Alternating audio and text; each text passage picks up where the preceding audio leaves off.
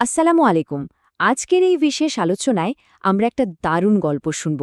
গল্পটা হলো একটা ছোট্ট জলের ফুটার।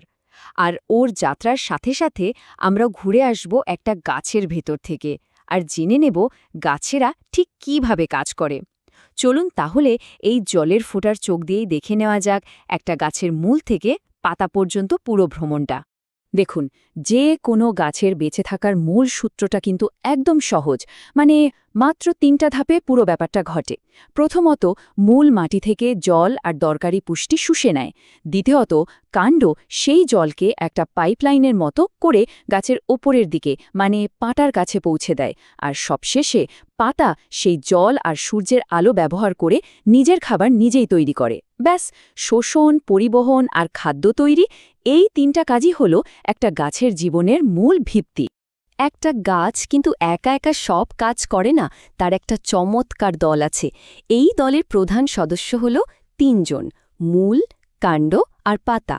ওরা প্রত্যেকে নিজের নিজের কাজ দারুণভাবে করে, কিন্তু সবসময় একটা দলের মতো একসাথে কাজ করে।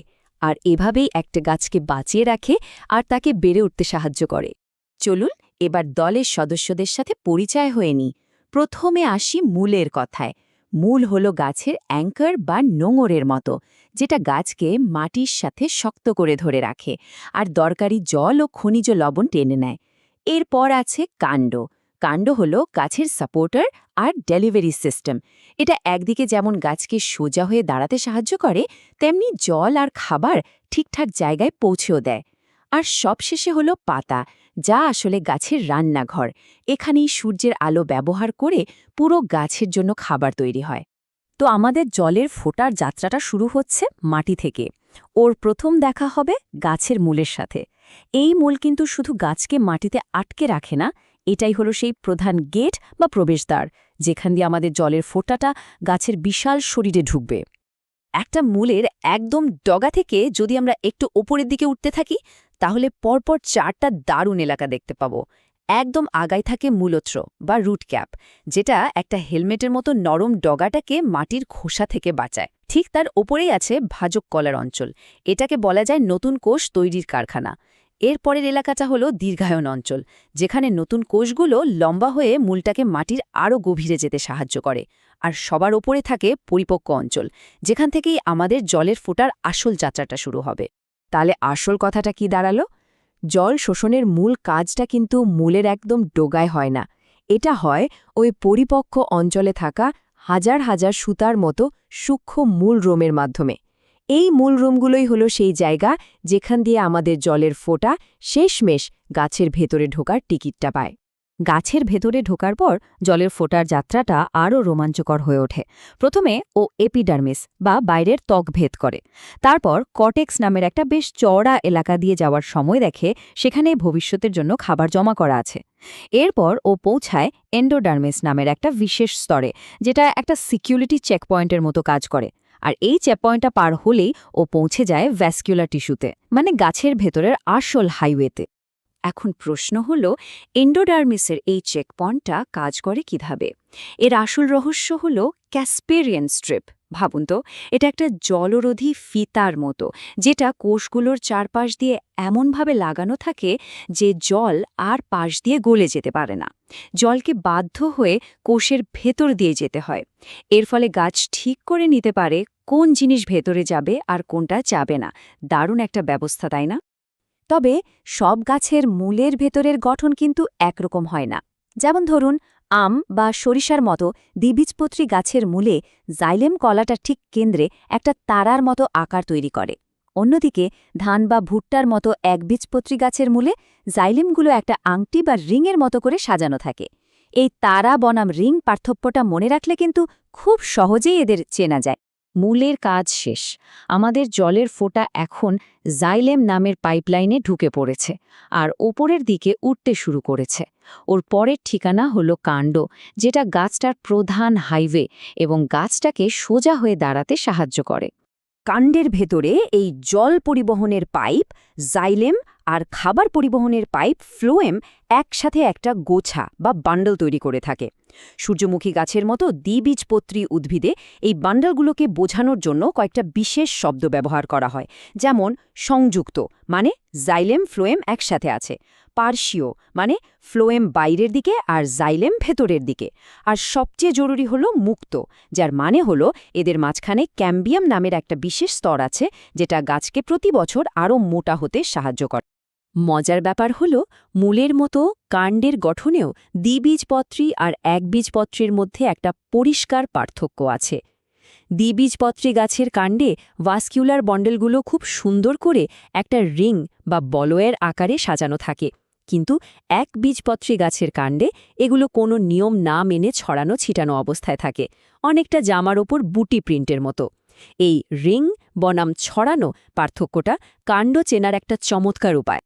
অনেক লম্বা একটা পথ পাড়ি দিয়ে আমাদের জলের ফোঁটা অবশেষে তার ফাইনাল ডেস্টিনেশনে এসে পৌঁছেছে, আর সেটা হলো গাছের পাতা। এটাই হলো সেই সোলার পাওয়ারে চলা কারখানা, যেখানে পুরো গাছের জন্য সমস্ত খাবার তৈরি হয়।